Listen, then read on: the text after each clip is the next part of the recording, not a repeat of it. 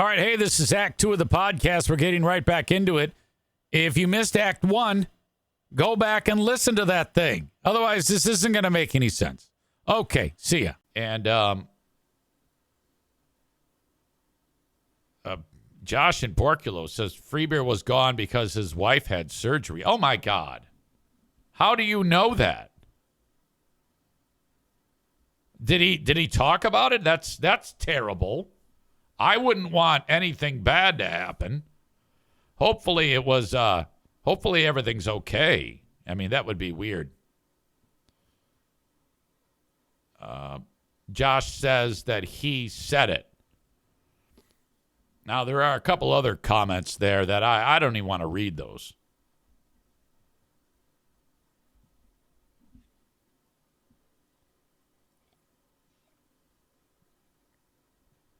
If I read those comments that you all are making right now, that's a quick way for me to get some type of attacking cease and desist from some law firm. I have already gotten one.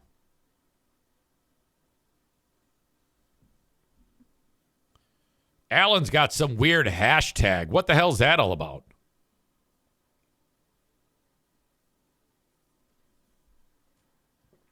Anyway, I think because of I posted a AI video of Trump scoring a goal in the Olympics, and then he's beating up Canadian hockey players, and on it, there was the song Eye of the Tiger. And I think that got me like some type of Facebook trouble because I can't even post now. Very frustrating. I mean, I need that. I mean, not just because it's fun, but part of my business model is Facebook. I mean, I do a lot of things on Facebook that help make the world go round for your old pal EZ.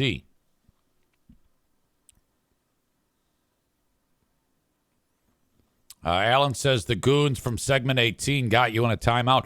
Now, I haven't had any interactions with them for quite some time, and I kind of miss it.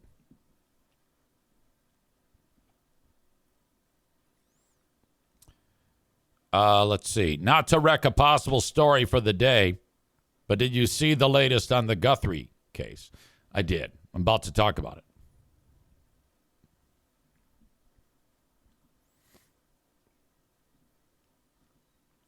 You're talking about Savannah.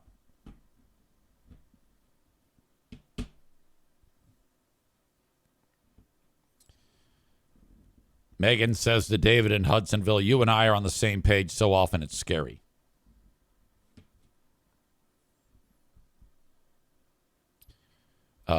Savannah is now expressing, and I don't know how. I mean, my God, what a goddamn nightmare. That mom is likely not alive. This is no doubt very sad, but I'm going to play it. It's Savannah talking on Instagram. Hi there. Oh. I'm coming on to say it is day 20 since our mom Hang on a second. I want to make sure it's not too loud for you. My apologies. was taken in the dark of night from her bed. And every hour and minute and second and every long night has been agony since then of worrying about her and fearing for her and aching for her. And most of all, just missing her. Just missing her. Oh, honey. We know that millions of you have been praying. So many people have been praying of every faith and no faith at all, praying for her return. And we feel those prayers. Please keep praying without ceasing.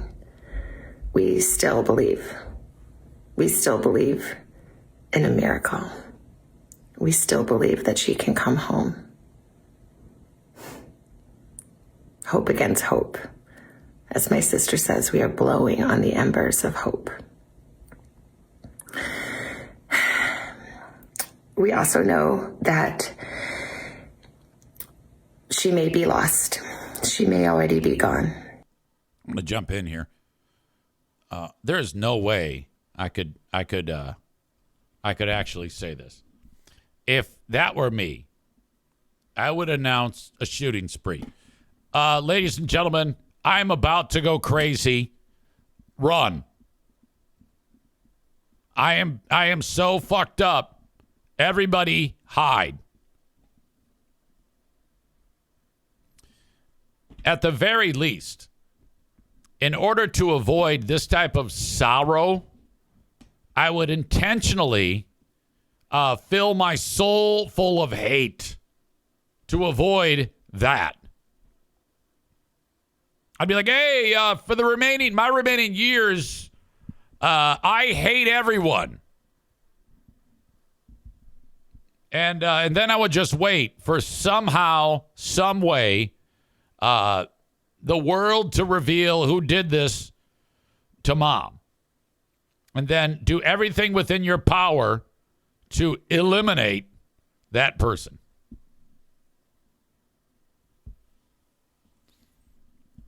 Megan says, I feel like maybe we should have offered the millions sooner. Look, I can't get in the way of when people decide to offer $1 million, because I guess eventually she's going to offer $1 million. I don't know if that's even going to happen. And by the way, that's the type of comment that I get a knock at the door, 3 a.m. Ooh, hey, that was a little rough on my end. Can you go ahead and delete all of your podcasts so that that's not there? What? No.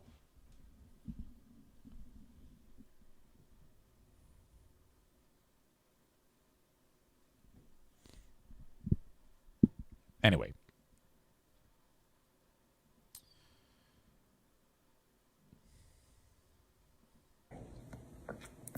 She may have already gone home to the Lord that she loves. Okay, so I don't know how long this is. I'm a little concerned that this is going to go on. And I don't have like you sometimes have a progress bar on the clip. And is dancing in heaven. Right, no, I'm not doing this. I can't do it. God bless him.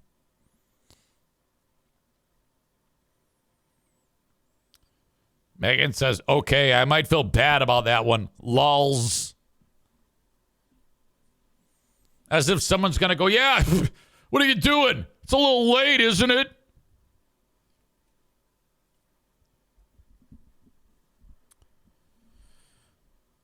Tophus is here. He wrote, who's going to tell her that there is no heaven? Look, I can't support that crack. Just because you heathen fucks don't believe that shit. God damn it. There has to be, okay? All right.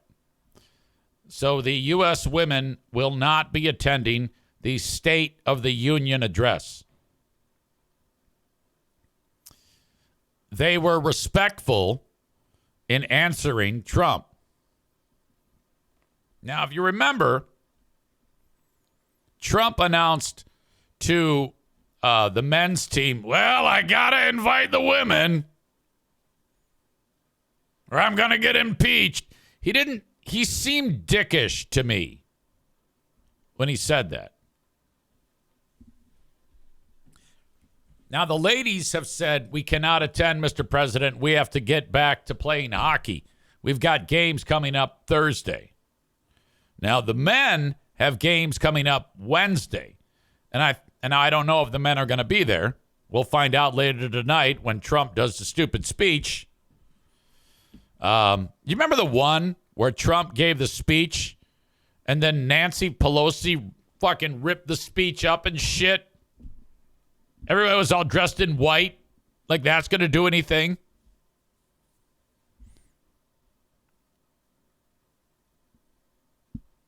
Stevie says this is going to be such a shit show tonight. Yeah, I don't think that it could be worse than that. The only way it could be worse is if somebody threw a pressure cooker bomb.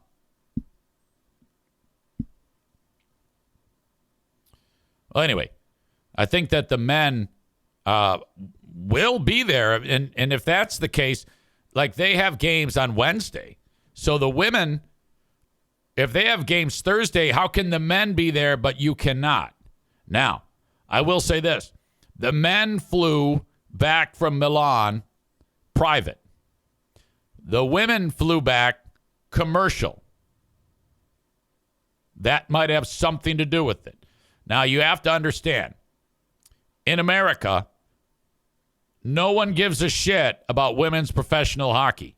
Well, in a lot of ways, no one really gives a shit about men if you think about it big picture. But it's still big enough that they're all millionaires. 20,000 people pack a stadium for 80 games a year. And there you go. Not a stadium, an arena.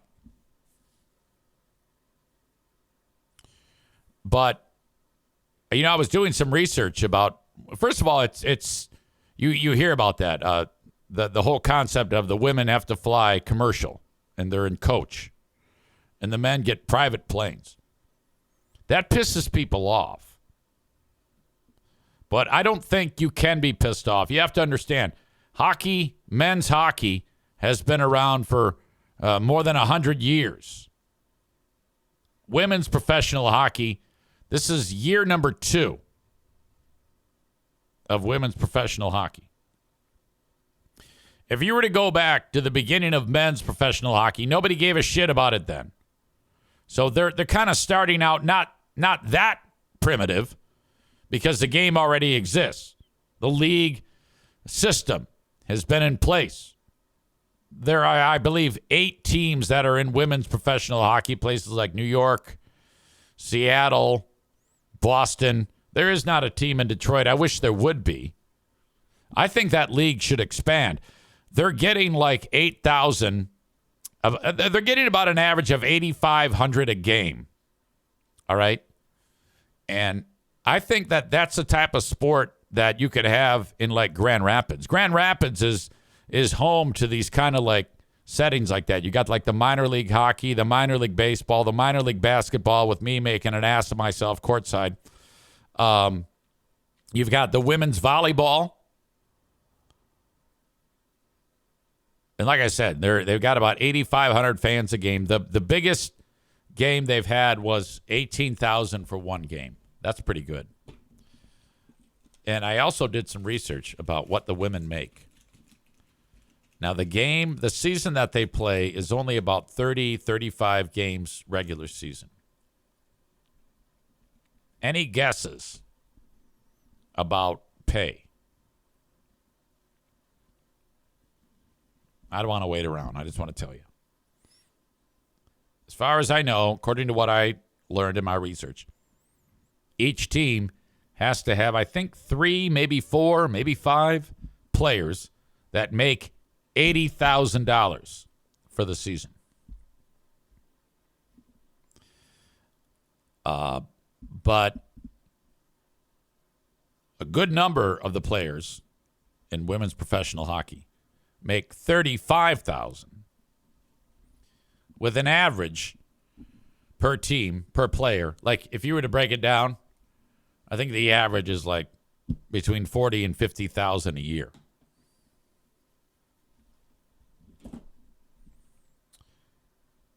So if you're a women's hockey player and you're one of those ones that makes $35,000, yeah, you're looking at about $1,100 a game. That just seems absurd to me. Because if you're averaging, because the average ticket price is about $45. If you're averaging that ticket price and you're averaging about 8,500 per game, league-wise. That means per game, you're bringing in, I should say per year, $5,100,000 in ticket sales alone.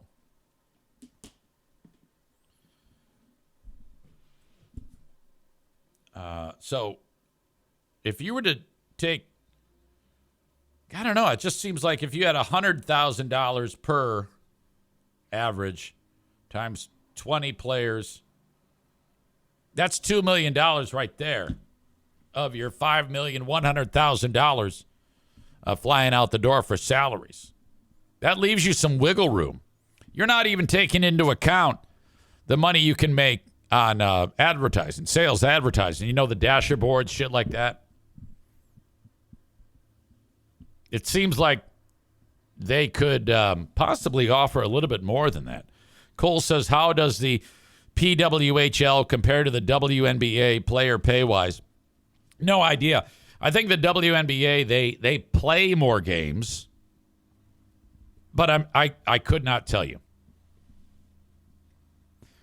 I would absolutely go, because when you have leagues like that in towns like a Grand Rapids, Michigan, a lot of the times you're getting people to go not because they're super fans, but because of the experience and the fun that they can have.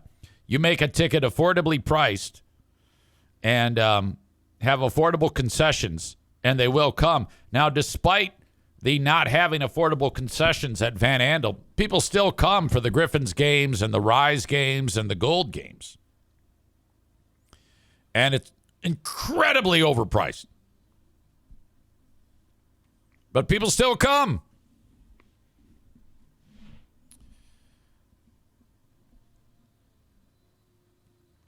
Nick says, I need to get to a Rise game. I love watching women's sports because they are so passionate about playing. I have never seen one of those. I hear they're great. I'm still trying to be the PA announcer. Then I can see all of them. After I interacted with the boss, Dan DeVos, at the basketball game the other night, I said, hey, I want to be the PA announcer. And his response of,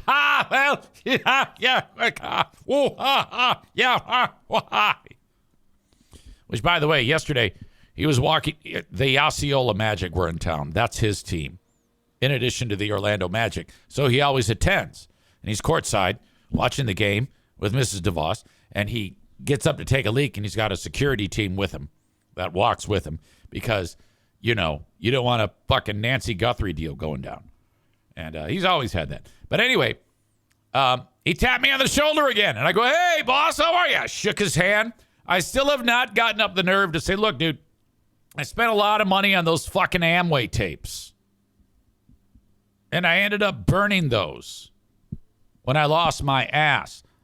Can you give me that money back? Did you know that, you know how a lot of people they want you to be an Amway distributor? Amway has to, according to the Federal Trade Commission ruling, has to announce, you know how on a pack of cigarettes you got a warning that says, hey, you're gonna get cancer? There's if you buy the products, it says, I'm paraphrasing, but it says 60% of Amway distributors make $100 a year as being a distributor, and the rest don't make anything. It actually says that on there. I'm like, what the fuck? Are you serious? Holy shit! How do they stay fucking wealthy? Cole says the Professional Women's Hockey League tours, all the teams are coming to Denver for a weekend of games. I'll probably go to it. Oh, that would be fun. Denver's a great town. Come on. Bread Bull Brain Chris says, what about the double diamond distributors? Oh, God, don't even get me started. Don't even get me started.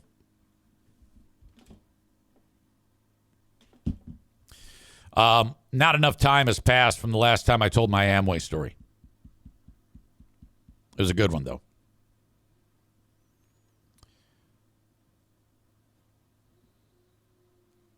Okay. My best friend in the whole wide world, I don't want to say who, but his kids used to go to this orthodontist, and a handful of years ago, a whistleblower knocked him out that he's into little girls and kiddie porn. And so now he's in big trouble, and he just got sentenced, this guy. Shannon Orthopedic, or Shannon Orthodontist, Orthodontal. Why am I struggling so hard with that? He had pleaded guilty to sexually exploiting nearly 20 girls, some as young as 12. And he was sentenced Monday. And he got 6 decades in prison. Oh, shit. And a lot of this has to do with his behavior when he was out on bond. Also, when it first came to light that he was up to no good, he hired an independent IT specialist to go through his tech to say, hey, look, I got nothing. There is nothing here. So what he had done, though, was he deleted all trace of any nasty shit on his tech. And then to save himself, he said, look, I've got this verifiable proof that I have not done anything wrong. But the problem is he didn't do a very good job of cleaning out his tech. So the guy that he hired to check on his tech uncovered kiddie porno. And so it backfired badly. And then the guy he hired said, Jesus, fuck you. And he went to the authorities and said, hey, this guy's into kiddie porno. And they go, we know. And he goes, no, I mean, like, he hired me to prove that he wasn't into kiddie porno. But in fact, look at all this kiddie porno I found. And they're like, Jesus Christ. You want to join the light side of the force? The good side? And he's like, yeah, sure. So they ended up fucking him up as a team, like the Wonder Twins. And that's the end of this guy.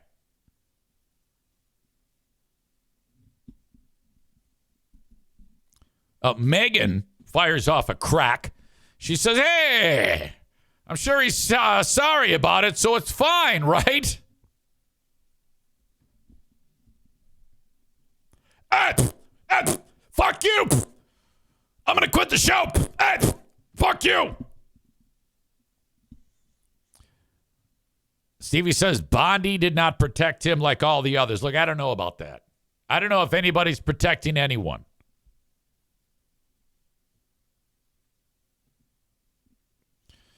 Shannon, this is so bad. This is awful. He abused at least 18 minors from ages 12 to 17. Now, it's not like he's just downloading nasty pictures. He's like dialoguing with these people and making, like paying them. He met most of his victims on Snapchat, where he later coerced them into sending nasty shit, photos and videos. In some cases, paying the teenagers for sexual images and videos. He paid one victim, a child in the foster care program, just under $2,000 for nearly 40 explicit videos. Oh, my God. The court showed that Shannon attempted to get the girls with whom he was messaging to recruit other teenagers to send him explicit content. Writing to one victim, quote, also, if you have any friends that would like to make $ too, I will pay you $10 each if they work out. So he had like a Blockbuster rewards program.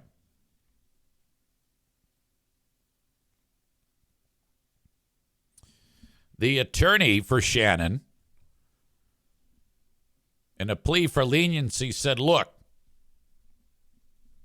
Shannon has no prior criminal history. That's it. That's all they said. However, Shannon was out on bond for a separate charge relating to his possession of child sexually abusive material.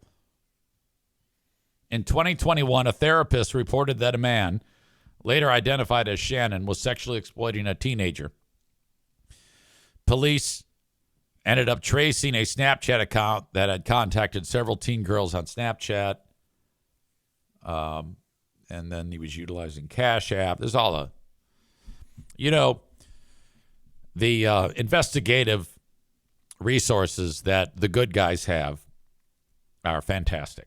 And it warms my heart to know that these animals who think they have anonymity with whatever it is that they utilize to do their evil deeds, it will catch up to you.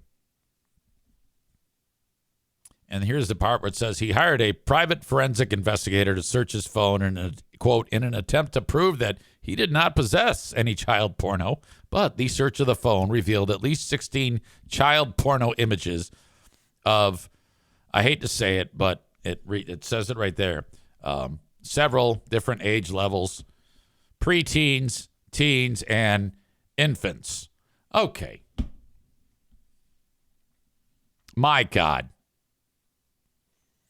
So that means that for the next 60 years, and he's 43, so God knows how long that'll be that he actually has to serve.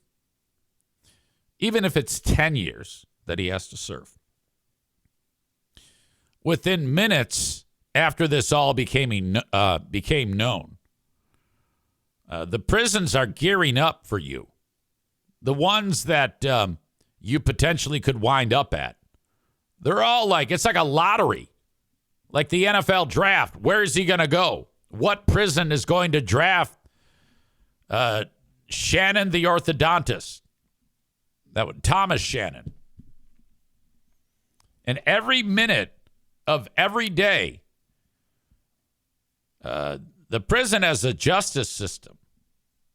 And you have to know full well that you are at the very, very bottom of the ladder and will never be anywhere but the bottom of the ladder. And the number of raw dicks that will be in your ass for the rest of your years. I mean, if that is not a reason to unalive yourself, I can't think of anything worse, frankly. Bread Bull Brain Chris says his quote after sentencing made me laugh. Megan says, I hope no one ever uses spit. Yeah, that's tough. If you don't use spit, yeah, that's painful.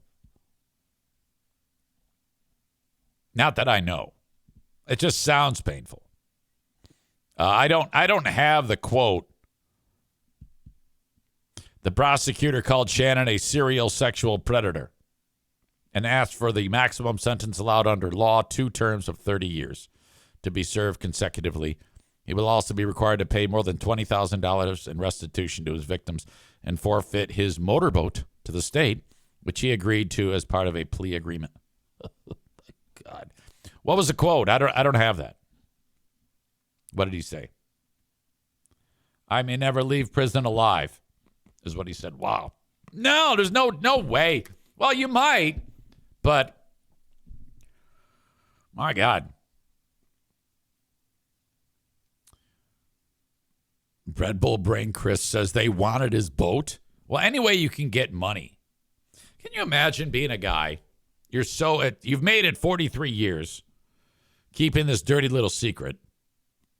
Do you think he was from a younger age always attracted to this type of people, young people? Did it manifest later on in life? I can't imagine, again, throwing away your whole life, all that time building your family, your career, and now all you have to look forward to is the biggest of dicks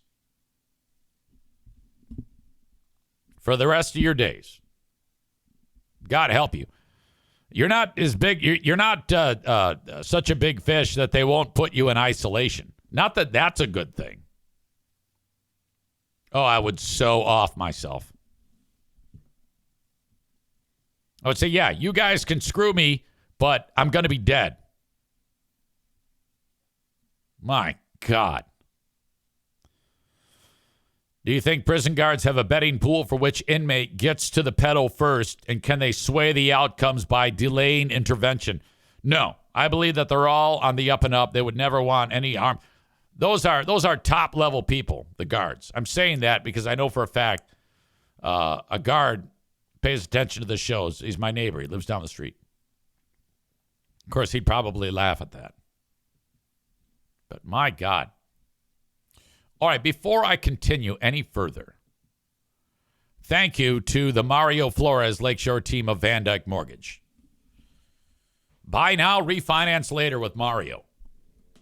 Get into your mortgage pre-approved today and start looking for your house. Then when the rates drop, I know I've been saying this for many months, then you can go ahead and refinance.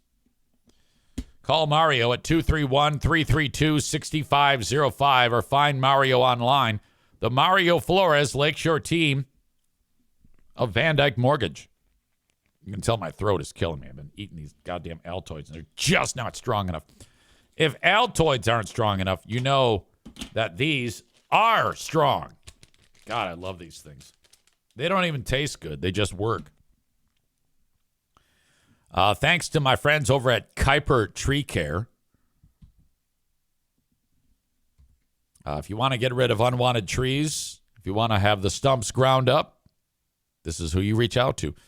They're online at KUIPER, KuiperTreeCare.com.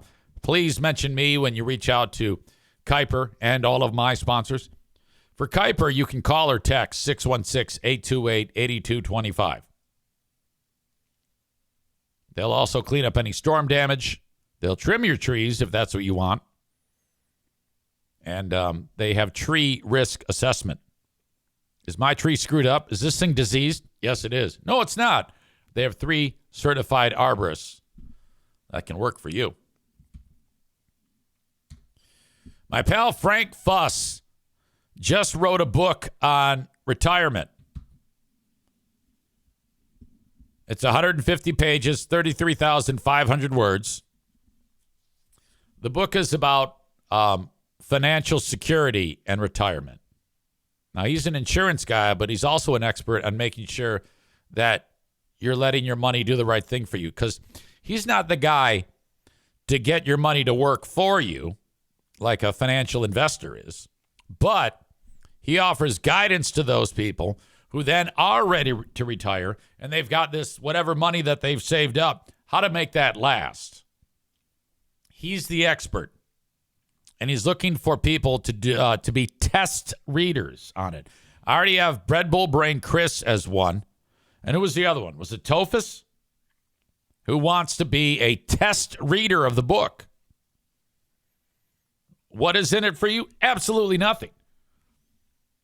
But you read it, and then you provide feedback. He might, I don't know, maybe he'll throw in a gift card or something like that, or pictures of his flexed arm.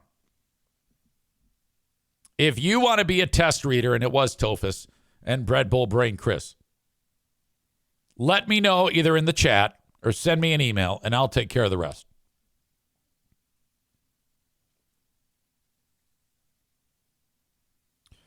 Bread Bull Brain Chris says, I have to get in touch with Frank for insurance anyway. Excellent. Well, when you talk to him, do it then. And please say, by the way, I heard EZ talking about your book. As long as you let him know that you heard my words talking about him, that ensures that lummox will give me his money.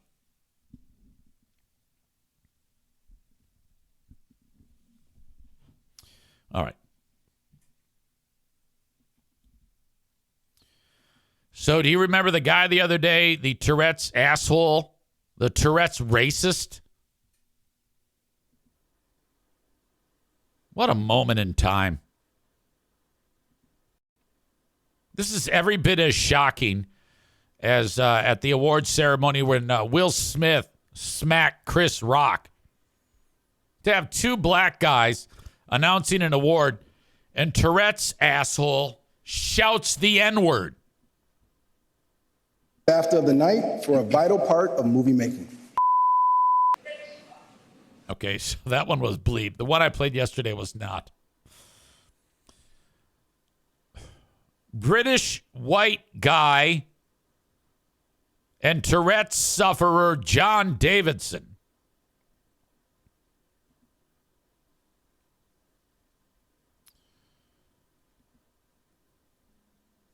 He says he is deeply mortified that he did that. Shouted the N-word. I guess my question is, if you are aware enough to be able to say, I am deeply mortified at what I did, I couldn't help it, I have Tourette's, and you're that aware, you're also aware that you shouldn't be in that surrounding anyway. You have a responsibility if you have easily one of the most fucked up diseases that has ever walked the face of the earth. Not that diseases walk the face of the earth, but you know what I'm talking about. If you have a disease that makes you walk up to black guys and shout the N-word, that is more deadly than cancer.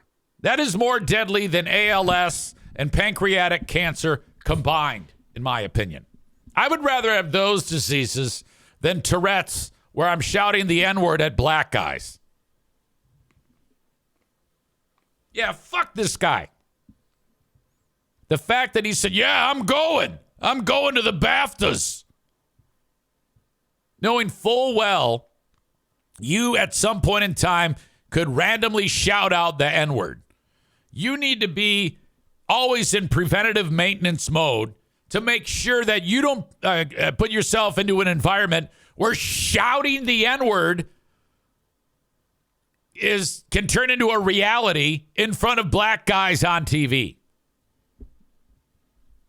And then the idea that the people who run the BAFTAs, they record this shit ahead of time, like a few hours before. They go, yeah, don't edit it. Don't know. This tells me that the people at the BAFTAs are like, well, this is fucking great. This is going to be the biggest. See, if someone said to me before, let's say this never happened, and Rando walks up to Eric and says, hey, what are the BAFTAs? What is BAFTA? I don't know. I've never heard of that. But I think it's British something award. I don't even know what it is. I just know it's British, and it's you get an award for doing fucking shit on TV or film. So the BAFTAs, in my opinion, they're like, oh, this is excellent. This N-word usage of Tourette's guys screaming the N-word at black guys is fantastic. I wouldn't even be surprised if they paid him to yell the N-word, knowing that he can say whatever the fuck he wants and everybody will give this asshole a pass. He probably doesn't even have Tourette's.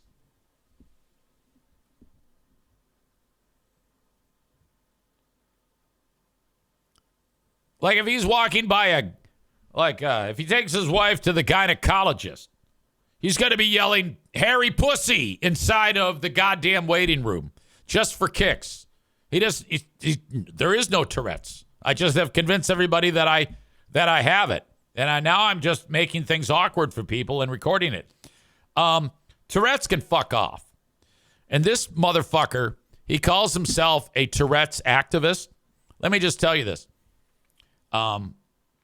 If I ever encounter anybody that has Tourette's now because of this guy, I'm not going to give them 1 degree of wiggle room. If they say, hey, Eric Zane, it's nice to meet you. Hey, I have Tourette's. Fuck you. I'm walking away. I don't want to be near you, you motherfucker.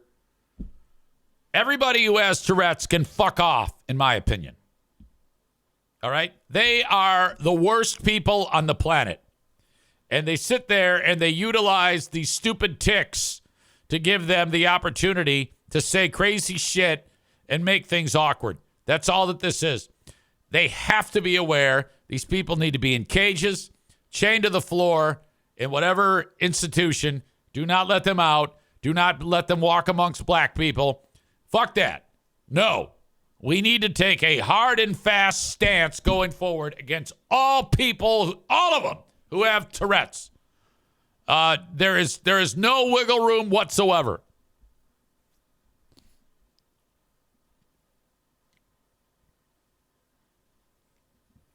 Cole has a great take, and that's kind of what I was saying. This is what they were hoping for. It's why they invited him and also didn't edit it.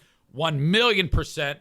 Whoever produces the BAFTAs, they're a bunch of racist fucks. That's what this is.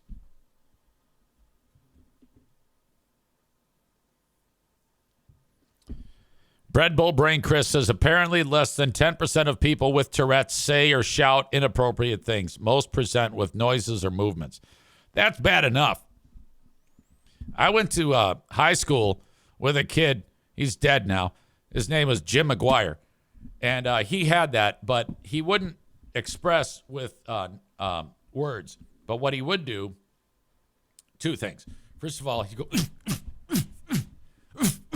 and his head was constantly like moving forward like a chicken.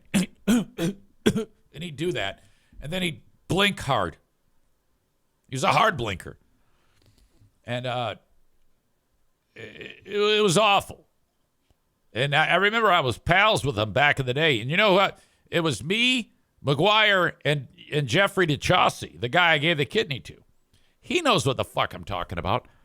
What the fuck? So I started to hate him as soon as he started to fucking start clucking and shit. I was like, okay, this is bullshit. I'm out. And then he moved. You know what he did? He moved to Saudi Arabia. I am not kidding you. His dad got a gig as a contractor in Saudi Arabia in the 1980s. He fucking moves to Saudi Arabia. Comes back, and he's back in the high school. And then there was an incident where allegedly he had a good pal that went to the high school with us, and he broke into the kid's house and robbed it. And allegedly the story was because he was addicted to cocaine. This is all alleged. I don't want it to come back to bite me in the cock. Bread Bull Brain Chris says, holy shit, I went to school with a kid that did that exact same shit, and he would chirp really loud. Yeah, fuck that. No, get the fuck out. Go to your special school. Leave. No, you can't participate. Fucking weirdo. Alan says, did they throw him off a roof? No. Anyway, that bastard's dead. All right, I have no patience for this John Davidson. You know who's probably annoyed? If he's still alive? Is the guy John Davidson from That's Incredible.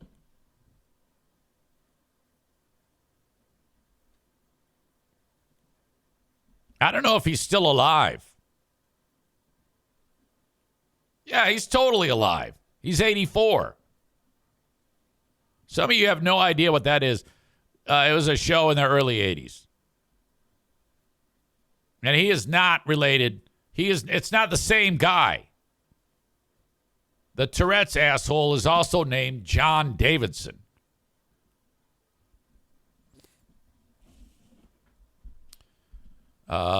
Rebecca says, quick, someone get the Queen of the Forest on the podcast. Why? What did I do? What happened? What did I miss? David says that is an old reference.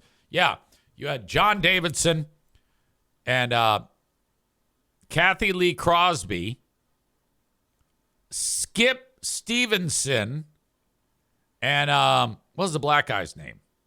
Byron. What the fuck? I guess it was just those three. Kathy Lee Crosby, John Davids. It's a great reference, Eric, you fucking asshole. A show that premiered in March of 1980.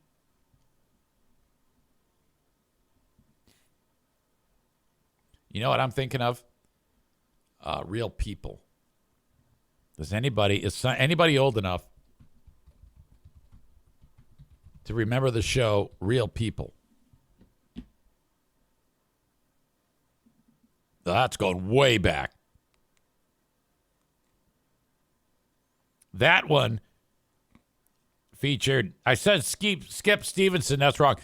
John Barber, Sarah Purcell, Byron Allen, Skip Stevenson, Bill Raftery, Fred Willard. All right.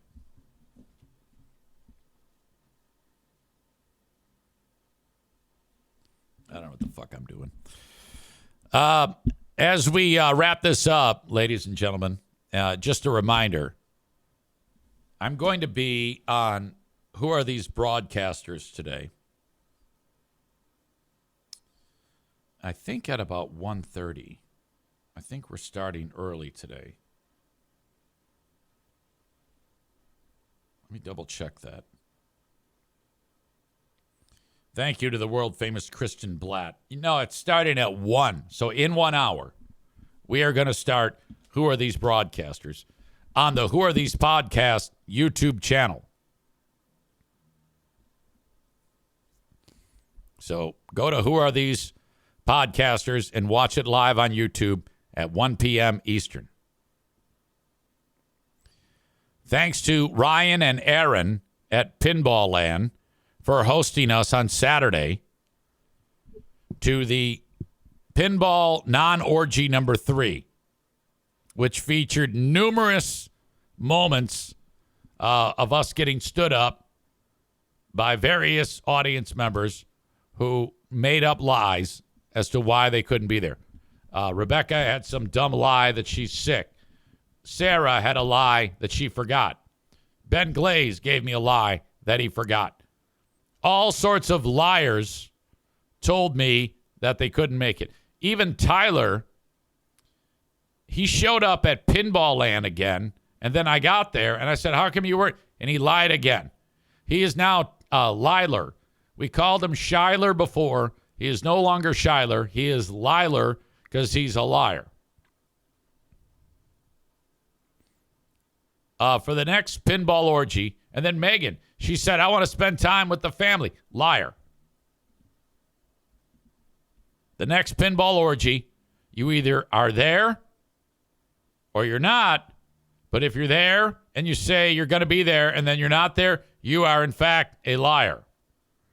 And I have no room on the squad for the pinball orgy for liars. So there you go.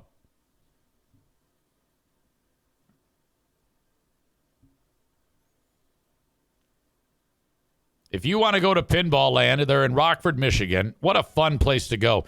$9 gets you an hour of unlimited play. I don't think there's anyone alive that can beat me in Rush Pinball. And that includes Rebecca and Jeremy Kay. These two think that they know how to play pinball because they lost all their fat from playing pinball. But I'm here to tell you, you have no shot. If you would quit lying to me and making sweet love to each other and come to the pinball orgy, I could show you how miserable you are at pinball. I am the best pinball player of anyone related to the Eric Zane Show podcast. And I will prove that to you losers the next time we have a pinball orgy.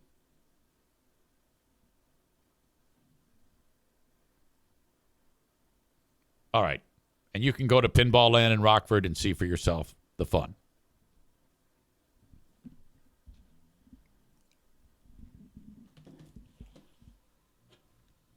Rebecca says, I could beat you. No, you can't.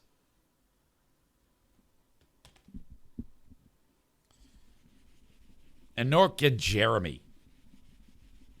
He's too busy looking at himself in the reflection in the glass and thinking how great he is because he lost 700 pounds.